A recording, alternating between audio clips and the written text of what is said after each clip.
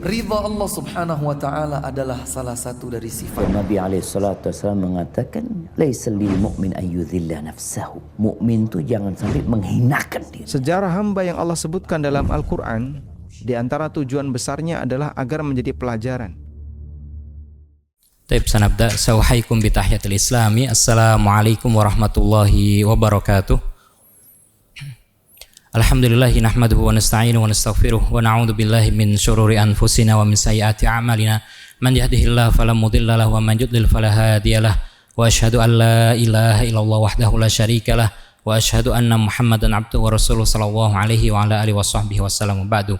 Kaum muslimin yang dimuliakan Allah Subhanahu wa taala, insyaallah kita akan mulai pembacaan yaitu kitab Adabul Mufrad.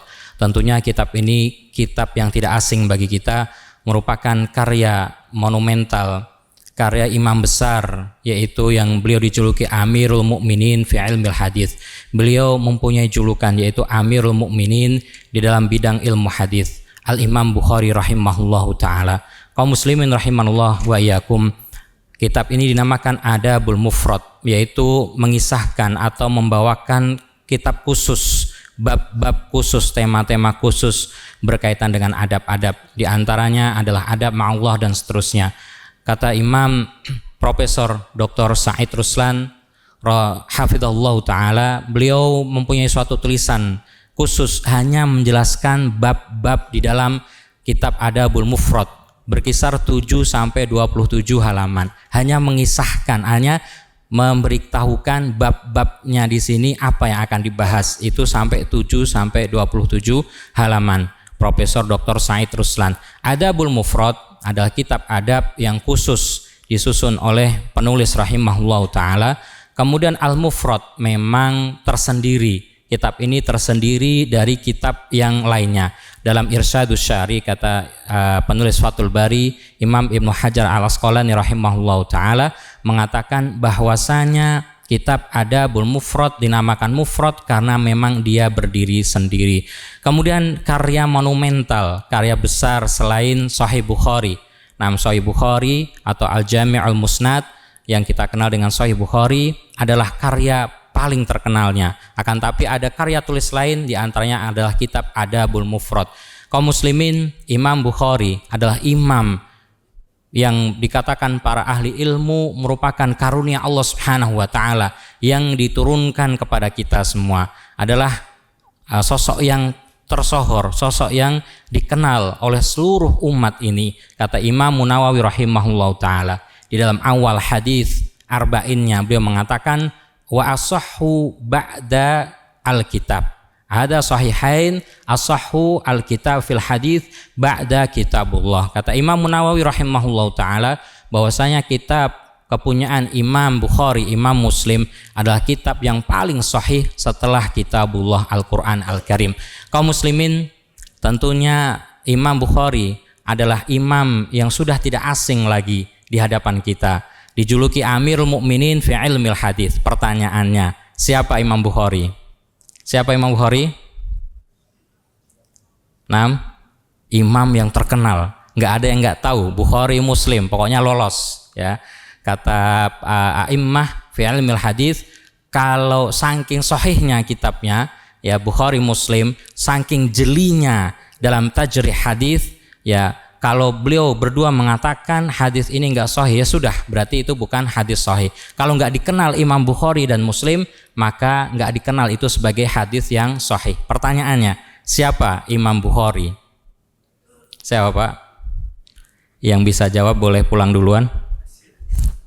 Siapa Imam Bukhari? Ya, dulu di TK kan diajarin Pak, Imam Bukhari siapa dia? Al-Imam Muhammad, namanya Muhammad Pak. Jadi Bukhari itu bukan namanya. Bukhari ini adalah julukan daerahnya sebenarnya. Ya, seperti kita ada Duren Sawit, ya Imam Duren Sawit.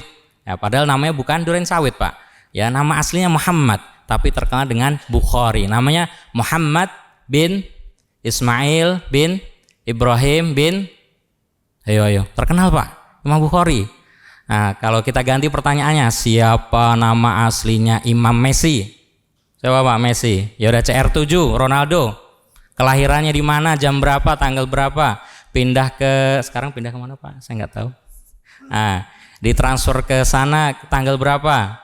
Berapa kafaahnya? Nah, tahu semua ya, riwayatnya berapa kali gol, berapa kali offset dan seterusnya tahu. Imam Bukhari Pak, panutan kita semua, ya idola kita semua. Ketika ditanya Al-Imam Muhammad bin Ismail bin Ibrahim bin Mughirah bin Bardisbah Al-Ju'fi Al-Bukhari. Oh, ternyata Bukhari itu nama daerahnya Pak, ya bukan nama aslinya. Dan banyak a'immah yang disematkan, yang terkenal nama artisnya itu bukan nama aslinya, ya nggak jauh-jauh. Sahabat yang mulia Abu Bakar As-Siddiq, nama aslinya siapa Pak? Ya, Abu Bakar As-Siddiq. Abu Hurairah nama aslinya? Ya nanti cari Pak. Nah, taib. Abu Bakar As-Siddiq Abdurrahman Abu Kuhafah, Ibnu Abu Kuhafah. Abu Hurairah Abdurrahman bin Sakhr. Nah, adalah Imam Bukhari rahimahullahu taala, kata para imam merupakan karunia yang paling besar, bukan paling besar sih, karunia yang besar di antara yang besar yang lain yang diturunkan Allah Subhanahu wa taala untuk umat ini, Al-Imam Bukhari rahimahullahu taala. Bagaimana tidak Pak? Di usia beliau sudah hafal Al-Qur'an. Di usia 10 tahun Pak, 10 tahun Pak. Ya, 10 tahun. Sekarang kalau 10 tahun usia apa Pak? SD kelas berapa? Ada yang sudah lulus usia 10 tahun? Ada yang ikut kelas percepatan sudah dapat gelar profesor usia 10 tahun? 10 tahun usia kita Pak, normalnya anak-anak kita 10 tahun itu SD kelas berapa Pak? Ya kelas 4, kelas 3 gitu Pak ya. Nah, 10 tahun. Jangankan mau pergi rehlah nuntut ilmu ya, kita nyegat angkot saja kadang masih was-was, padahal udah 10 tahun Pak. Imam Bukhari 10 tahun Pak sudah melanglang buana. Imam Bukhari rahimahullahu ta'ala. Makanya dalam Syiar A'lamin Nubala kata Imam Zahabi rahimahullahu ta'ala, Imam Bukhari gurunya banyak Pak, nggak cuma satu, dan nggak rasis. Bukhari sendiri nggak rasis Pak ya. Nama Bukhari coba lihat, Arab bukan Pak. Bukhari Arab bukan. Bisa ditanwin nggak? Nggak bisa ditanwin. Menunjukkan ada dua ilah, ada dua sebab. Yang pertama nama, yang kedua ujmah. Nah, yang belajar bahasa Arab sudah lewat Pak babnya. Nah, lewat semuanya. Nah, lewat semuanya karena nggak pernah dicatat. Nah, al-ujmah asing karena nggak bisa ditanwin.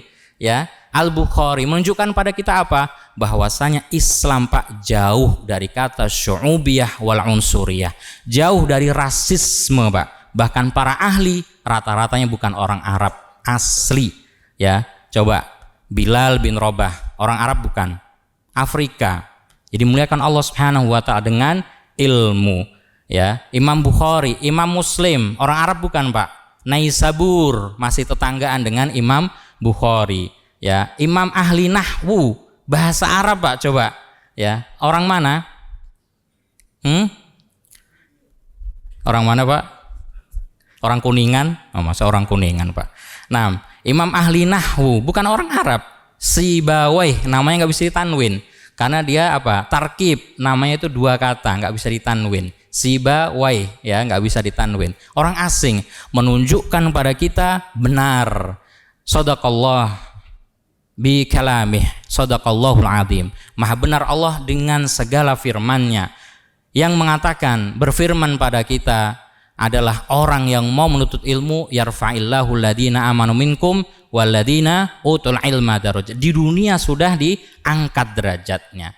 Imam Bukhari rahimahullahu taala, kata Imam Zahabi dalam kitab Syiarnya, punya banyak guru, enggak cuma satu, dan enggak ta'assub Pak, harus ke Saudi, enggak, harus ke Mesir, enggak, ke Maroko, iya ya.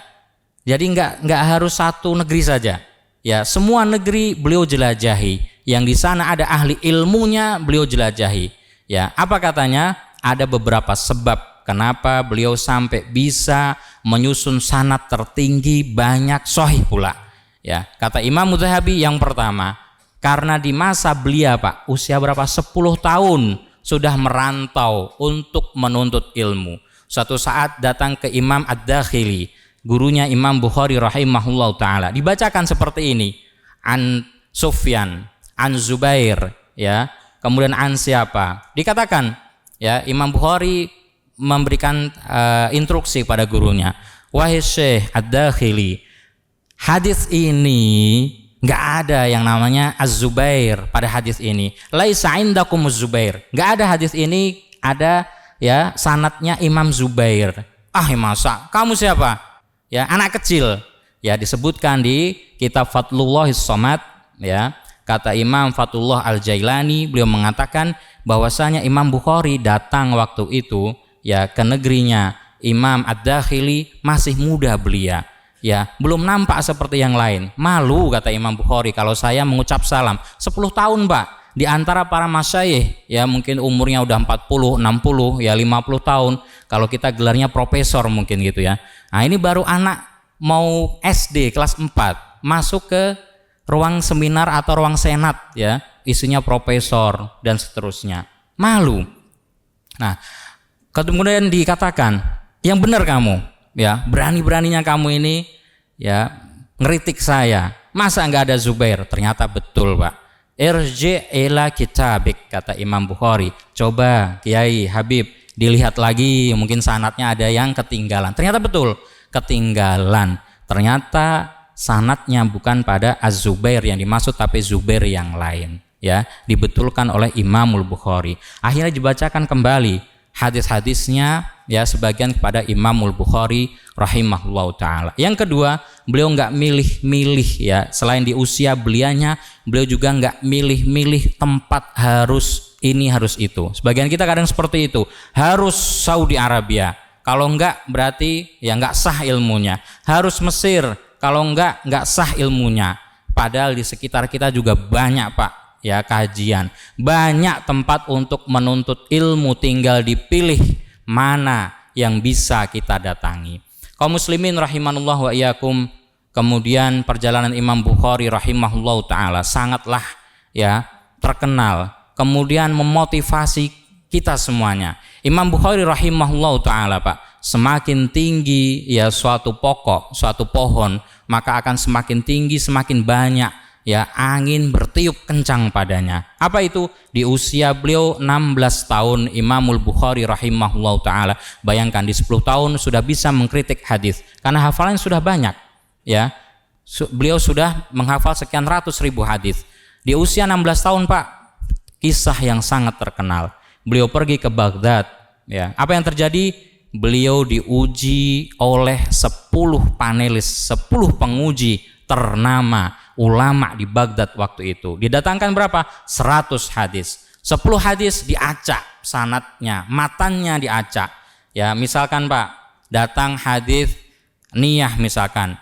An Abdullah bin Mas'udin radhiyallahu anhu, qala Rasulullah sallallahu alaihi wasallam, innamal a'malu binniyat. Benar apa salah, Pak? Pak, benar apa salah? Pak. Nah, ini kayaknya Imam Bukhari semua ini, diem. Nah, ketika Imam Bukhari ditanya, saya nggak kenal. Oh, berarti lewat hadisnya. Sampai menyangka apa, Pak? 100 hadis dibacakan kepada beliau. Setiap 10 penguji selesai, nggak tahu. Ah, apaan, kata Imam Bukhari, orang hebat, nggak tahu semua hadisnya. Mana sih? Ya, katanya terkenal, katanya orang sakti dalam ilmu hadis. Ternyata nggak tahu. Ya, seperti ini misalkan.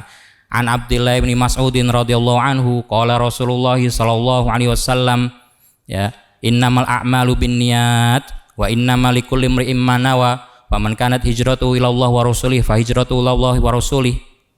Betul atau salah, Pak? Kenapa salah? Ya, Abdullah bin Umar yang betul, Pak. Yang lain Abdullah siapa? Jangan-jangan Abdullah yang jualan gado-gado? Bukan.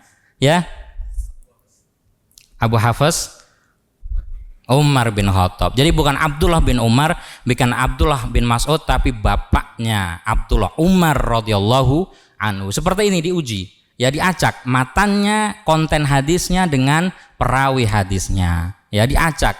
Ternyata beliau mengatakan saya nggak kenal. Sampai orang awam bilang, apaan ini? Ya, dijuluki Amirul Mukminin ilmu hadis, tapi ilmu hadis apa? Hadis yang dibacakan nggak ada yang tahu. Gimana sih hafalannya? Nah, ternyata setelah didiktekan ya 100 hadis selesai, beliau mengatakan hadis pertama seperti tadi. Nah, berarti ini kayaknya calon-calon pengganti Imam Bukhari. Masya Allah, barakallahu fikum.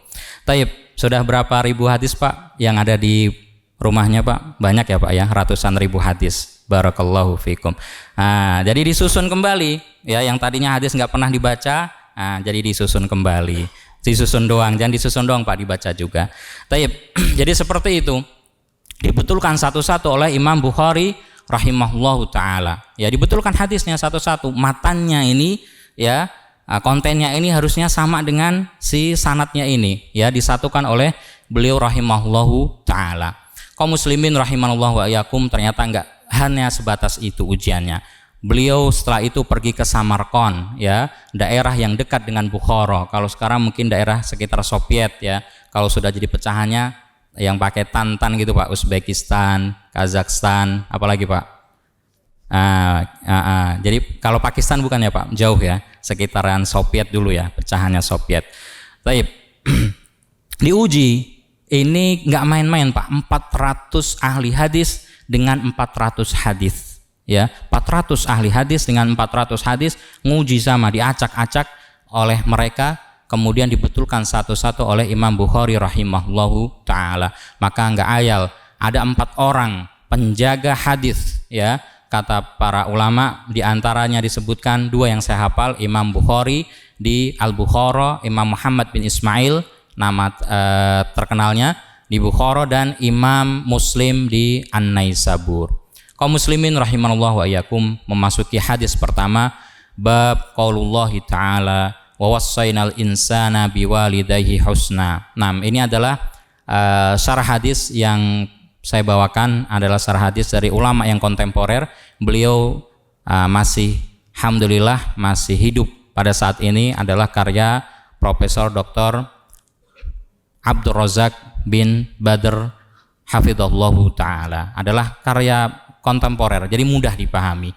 Ada kitab-kitab yang lain seperti saya sebutkan tadi, syarahnya ada kitab Fathullahis Samad ala syarh Adabul Mufrad, karya Fadilatul Syekh Fadlullah Al-Jailani, beliau adalah ulama Mesir. Taib. Bab qaulullahi ta'ala wa wassaynal insana biwalidayhi husna. Nah, siapa yang membacakan hadis Pak? Silahkan. Ainal qari al-muqri. Siapa yang membacakan hadisnya? Tafadhol. Mikrofon maujud. Nah, ini matan hadisnya Pak, matan hadis ini. Taib. Irfa saut, bila dikeraskan suaranya Pak. Nambabnya wassaynal insana biwalidayhi husna. Taib. Ada mikrofonnya kayaknya. Atau di depan nggak apa-apa Pak Haji. Insya Allah masuk ke TV One ini. Nah. Bunyi Bismillah. Tafadhol. Bismillahirrahmanirrahim. An Abi Amr Saibani wala hadasana sohibu hadidar wa Auma'a yani yushir Auma'a biyadihi ila dari Abdillah qala saltu nabiyus sallallahu alaihi wasallam ay amal ahabu ilallah ayul amal satu saja, ayul amal ahabu ilallah azza wa jalla qala as-salatu ala waqtiha qultu sumai qala suma birrul walidaini qultu suma ai qala sumal jihadu fi sabilillah qala hadasani bihinna walau istazadtuhu lazadani. Nah, la mutaqqid. Barakallahu fikum Pak Haji. Taib. Kaum muslimin rahimanallahu wa iyyakum, jadi membaca kitab itu ada adab-adabnya. Pertama, kita doakan kepada penulis rahimahullahu taala. Pertama kita baca basmalah di sini ini dikritik di kitab Fathullahis Samad, kenapa penulis tidak mencantumkan basmalah di sana? Mungkin yang pertama karena ma'ruf basmalah. Taib. Yang kedua, ya, basmalah kenapa biasa dicantumkan, membedakan Pak. Karya-karya tulis, karya-karya sastra dan karya ilmiah sebelum dan sesudah masa jahiliyah, fi asl jahili dan sodrul Islam, itu punya ciri khas. Kalau di masa jahiliyah nggak disebut bismillah sholawat kepada Nabi.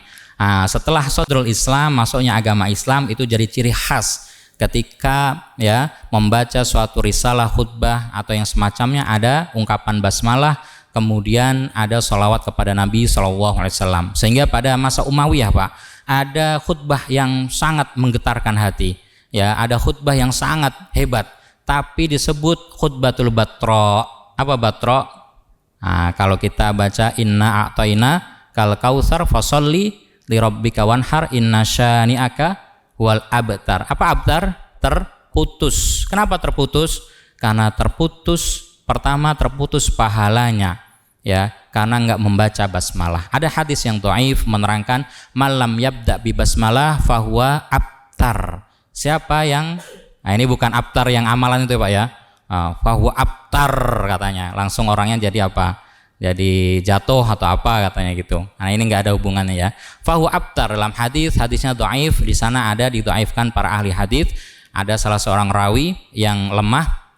Jadi lemahnya setelah terbakar kitab-kitabnya, ya setelah terbakar kitab-kitabnya. Katanya siapa yang memulai suatu amalan yang enggak diawali dengan basmalah maka terputus barokahnya. Maka dianjurkan kita membaca basmalah. Kan hadisnya dhaif, yang sahih ada. Rasul SAW ketika menulis surat menyurat kepada Raja Herakl. Herakl itu di mana Pak? Raja siapa itu? Heraklius. Raja mana Pak? Raja Demak atau Mataram? Heraklius Raja Romawi. Nah, apa kata beliau dalam tulisannya?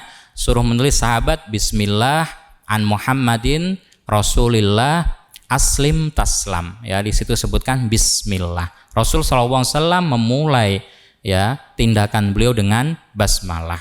Taib. Basmalah juga. Nah, tadi disebutkan kenapa dimulai dengan basmalah, untuk lil barokah, untuk ngalap berkah. Ya, agar usaha kita dimudahkan Allah Subhanahu wa taala. Ya, agar usaha kita dibantu Allah Subhanahu wa taala, diberikan kebaikan Allah Subhanahu wa taala, maka membaca basmalah padanya. Taib. Jadi ketika adab membaca suatu kitab, kita membaca bismillah, alhamdulillah, wassalatullahi wassalam ala rasulillah, paling ringkasnya. Setelah itu kita baca qalal muallifu rahimahullah, qalal muallifu hafidhahullah. Muallif ya ini katib, telah berkata penulis, semoga Allah merahmati beliau, semoga Allah menjaga beliau, baru kita sebutkan isi kitabnya. Nah, wa wassaynal insana biwalidayhi husna. Babnya adalah wa wassaynal insan biwalidayhi husna. Wa wassayna wasiat. Nah, ayat ini kata para mufassirin, kata Imam Ibnu Katsir rahimahullahu taala, berdasarkan hadis-hadis yang ada dijelaskan ayat ini berkaitan dengan sahabat yang mulia Sa'ad bin Abi Waqqas radhiyallahu anhu. Kenapa Pak? Wa wassaynal insan, kami wasiatkan kepada manusia biwalidayhi husnan ihsanan, agar berbuat baik kepada orang tuanya. Biwalidayhi. Nah, aslinya walidaini. Kalau diidhofahkan nunnya hilang. Biwalidayhi. Agar berbuat baik, berbakti kepada ibu bapaknya atau orang tuanya. Nah, adalah mengisahkan sahabat Sa'ad bin Abi Waqqas radhiyallahu anhu. Beliau ketika masuk Islam, ketahuan ibunya mengatakan bahwasanya wallahi la akul salasa ayyam. Kalau kamu enggak ya hatta ya tartat andinikum. Wallahi demi Allah. Nah, itu orang musyrik Pak. Ya, ibunya waktu itu masih non Islam, tapi mengucapnya wallahi. Nah, ini sudah ma'ruf, ya, sudah ma'ruf. Maka kita juga berhati-hati ya terhadap bacaan-bacaan dikira itu Al-Qur'an, ternyata itu Alkitab. Ya, kenapa? Ya sesuai bahasanya, bahasa Arab, Pak. Ya, di sana Pak Haji kalau menyebut amin ya amin, amin, kayak kita waladdallin, amin. Ya, seperti itu. Ya, misa-misa dalam bahasa mereka ya, ketika mereka orang Arab pakai bahasa Arab sama seperti kayak membaca Al-Qur'an. Nah, maka berhati-hati. Taib. Ikhwatal a'izzah rahimanallah wa iyyakum. adalah sahabat Sa'ad bin Abi Waqqas radhiyallahu anhu, semoga Allah meridhai beliau. Ketika ketahuan masuk Islam oleh ibunya, maka ibunya bersumpah, demi Allah saya nggak akan makan ya selama 3 hari ini kecuali kamu akan murtad kembali lagi ke agama kami, kamu keluar dari agamanya Muhammad sallallahu alaihi wasallam. Akhirnya berita ini datang kepada Nabi sallallahu alaihi wasallam, maka beliau mewasiatkan, turunlah ayat ini, wa wassainal insana biwalidayhi husna, maka berbuat baiklah kepada kedua orang tuamu. Apa maksudnya, Pak? Apakah Sa'ad bin Abi Waqqas kemudian keluar dari agama Islam, kembali ke agama orang tuanya? Nah, maksudnya gimana Pak Haji? Suruh tetap berbuat baik tapi tidak boleh Murtad. Betul. Nah, jadi begitu. Nah, kadang-kadang ancaman atau fitnah yang datang kepada seorang mu'allaf ketika baru masuk Islam, kalau begitu saya coret kamu dari kartu keluarga kami, kalau begitu saya coret kamu dari harta penerima waris dari keluarga kami. Ya memang betul Pak Haji, secara syariat kalau beda agama nggak menerima harta waris, mungkin secara hukum dapat ya, kalau secara syariat mungkin jatuhnya ke hibah ya, hadiah saja. Taib. Maka Sa'ad bin Abi Waqqas diperintahkan untuk berbuat baik kepada ibu bapaknya, akan tapi beliau tetap masih teguh berada di atas agama Islam. Kaum muslimin rahimanallahu wa iyyakum, masuk pada hadis yang pertama, an Abi Amr Asy-Syaibani, dari sahabat Abi Amr Asy-Syaibani, qala hadatsana sahib hadaddar, telah meriwayatkan, telah ya memberitahukan kami pemilik rumah ini. Wa auma'a itu menunjukkan, biadihi menunjuk dengan syarat tangannya, ila dari Abdillah ya, pada rumahnya Abdullah. Abdullah yang dimaksud adalah Abdullah bin Mas'ud radhiyallahu anhu. Nah, Abdullah bin Mas'ud radhiyallahu anhu bertanya, sa'altun nabiyya sallallahu alaihi wasallam ayu amalil ahabbu ilallahi azza wa jalla. Wahai Rasulullah ya, wasiatkan kepada kami, adalah amalan apa yang paling dicintai Allah Subhanahu wa taala. Maka kaum muslimin, ketika kita sebagai orang yang diperkenankan untuk menjawab, maka kita melihat mat'u kita melihat psikologi, kita melihat psikis atau kejiwaan atau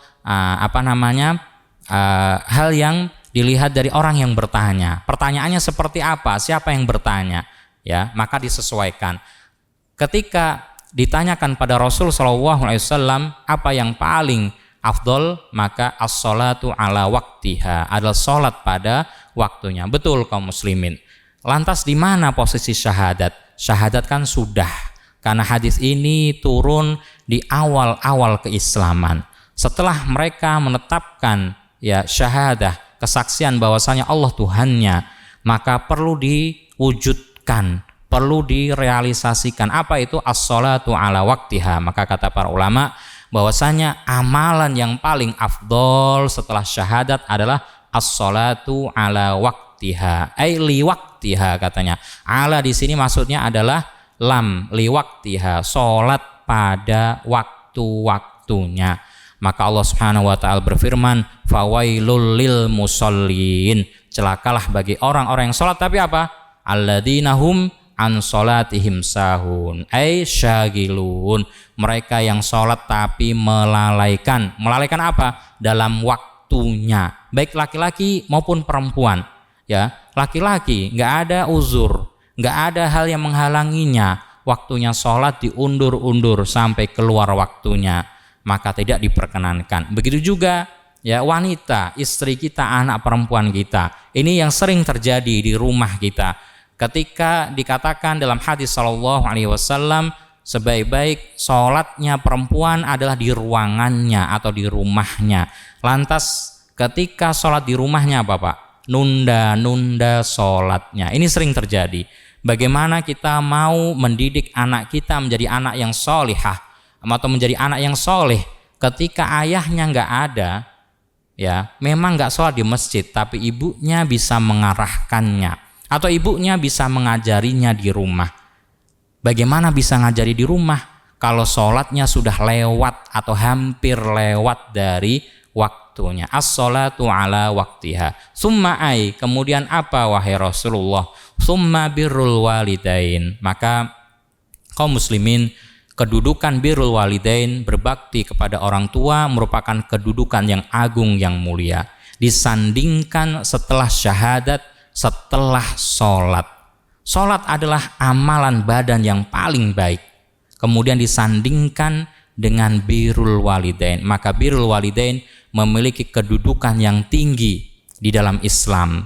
Berbuat baik kepada ayah, ibu merupakan kedudukan yang paling mulia di dalam Islam. Ketika kata ulama Allah Subhanahu wa taala menyandingkan ya at-tauhid ataupun as-salat dengan birrul walidain atau yang semacamnya, maka itu adalah amalan yang agung di dalam Islam. Summa jihadun fi sabilillah, kemudian jihad fi sabilillah. Kemudian ada pertanyaan, bukankah amalan yang paling bagus itu jihad fi sabilillah? Kalau dirinya ya jihad kemudian tidak kembali dengan harta maupun jiwanya, berarti masuk surga atau surga jaminan. Betul. Akan tapi di sini Rasul SAW menyesuaikan pertanyaan dengan orang yang bertanya. Maka kaum muslimin bisa jadi ketika ditanya yang lain, misalkan Arab Badui misalkan, mungkin jawabannya berbeda. Ketika Rasulullah ditanya Sufyan, apa jawaban beliau? Dallani ala syai'in fil Islam la as'aluka ba'daka al-ghairaka. Wahai Rasulullah, nasihatkan pada saya satu nasihat saja yang gak akan saya pernah tanya-tanya lagi kepada orang lain. Apa kata Rasulullah? Bukan sholat, bukan birrul walidain, tapi apa? Istiqomah. Amantu billah, kul amantu billah, kata Rasulullah, katakan aku beriman pada Allah, summastaqim, kemudian istiqomah, ya, menjaga keislaman kita masing-masing. Maka kaum muslimin rahimanallah wa iyyakum, dari hadis ini kita ambil faedah bahwasanya amalan yang paling tinggi dalam Islam tentunya asyhadatain tidak hanya diwujudkan dalam bentuk lisan, mulut-mulut kita saja, apalagi hanya KTP kita saja, nggak laku Pak ya. Makan saja ditukar dengan KTP nggak laku, apalagi mau nuker surga dengan KTP, nggak laku ya. Maka harus diwujudkan dengan amalan. Banyak orang yang mengaku sebagai pacarnya Laila, tapi Laila nggak ngaku satupun ya kenal dengan orang-orang itu. Maka perlu diwujudkan dalam bentuk amal nyata, yaitu adalah sholat. As-sholatu ala waktiha, bukan hanya sholatnya saja, tapi wajib dijaga kualitasnya, waktu-waktunya harus tepat pada waktunya. Kemudian adalah amalan yang agung berbakti kepada orang tua kita. Walaupun apa? Hadis yang menceritakan di awal bab, yaitu berkenaan dengan sahabat yang mulia Sa'ad bin Abi Waqqas, bahwasanya ibunya masih non muslim, bukan berarti terus dicueki, bukan berarti ya terus ditinggalkan begitu saja. Kalau orang non muslim masih wajib untuk kita berbakti. Bagaimana dengan orang tua kita yang muslim? Ya, dahulu Syekh kami Abdullah Rajihi setiap masuk ke kelas selalu mewasiatkan, sudahkah kalian hari ini meminta restu doa kepada orang tua kalian? Sudahkah kalian hari ini menelpon orang tua kalian? Nah, kemudian jihadun fi sabilillah memang amalan terbaik, akan tapi di sini Rasul SAW ya menyesuaikan jawaban kepada orang yang bertanya. Lau istazattuhu lazadani, seandainya aku terus melanjutkan pertanyaanku, maka Rasulullah pasti akan terus menjawab. Tapi dicukupkan di sini ya, sedikit diamalkan dulu. Maka insya Allah kita akan lanjutkan di pertemuan-pertemuan yang akan datang pembacaan kitab Adabul Mufrad. Barakallahu fikum. Ada yang mau ditanyakan sebelum kita akhiri? Cukup Pak Haji? Assalamualaikum warahmatullahi wabarakatuh. Waalaikumsalam warahmatullahi wabarakatuh. Berarti maknanya ini ala waktu ya Ustaz ya, bukan di awal waktu itu ya. Masih terbaik selama dia di periode waktu yang sesuai jadwal.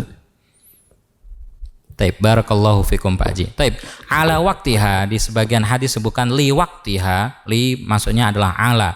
Taib, maksudnya adalah betul ya, ditafsirkan dengan hadis yang lain. Ditafsirkan hadis yang lain ala waktiha awalil wakti. Ya, disebutkan adalah awal waktunya. Itu paling afdol Pak Haji. Tapi afdoliyahnya ini ya bukan berarti terus kita melalaikan yang lain. Misalkan awal waktunya jam 11.45 ya, di kantor kita, instansi kita istirahat resmi jam 12 misalkan. Ya kita sesuaikan dengan waktu tersebut ya, belum keluar dari waktunya. Nah, sebagian kaum muslimin menganggap seperti itu. Pernah kami Pak punya perkuliahan ya, perkuliahan ini dilanjut padahal sudah adzan, gelombang 1 sholat sudah selesai. Ya, ada seorang mahasiswa atau mahasiswi bertanya, Ustadz, kapan kita keluar? Bukannya ini sudah waktunya sholat. Akhirnya dia keluar nyelonong karena nggak diizinkan dosennya. Nah, ini kurang tepat, ya, karena di sana nanti ada pembahasan fikih, ada waktu paling bagus. Ada waktu bagus, ada waktu haram untuk melaksanakan sholat, ya. Selama itu masih, ya, di dalam waktunya masih bisa, ya, kita untuk sholat. Walaupun tadi awal waktiha mungkin kita nggak dapat Pak Haji, tapi kita masih mendapatkan pahala menjalankan di dalam waktu sholat tersebut. Wallahu a'lam bishawab. Taib, afan. Cukup, barakallahu fikum ya ikhwah. Kita akhiri dengan doa kafaratul majlis. Subhanaka Allahumma wa bihamdika asyhadu an la ilaha illa anta astaghfiruka wa atubu ilaik. Assalamualaikum warahmatullahi wabarakatuh.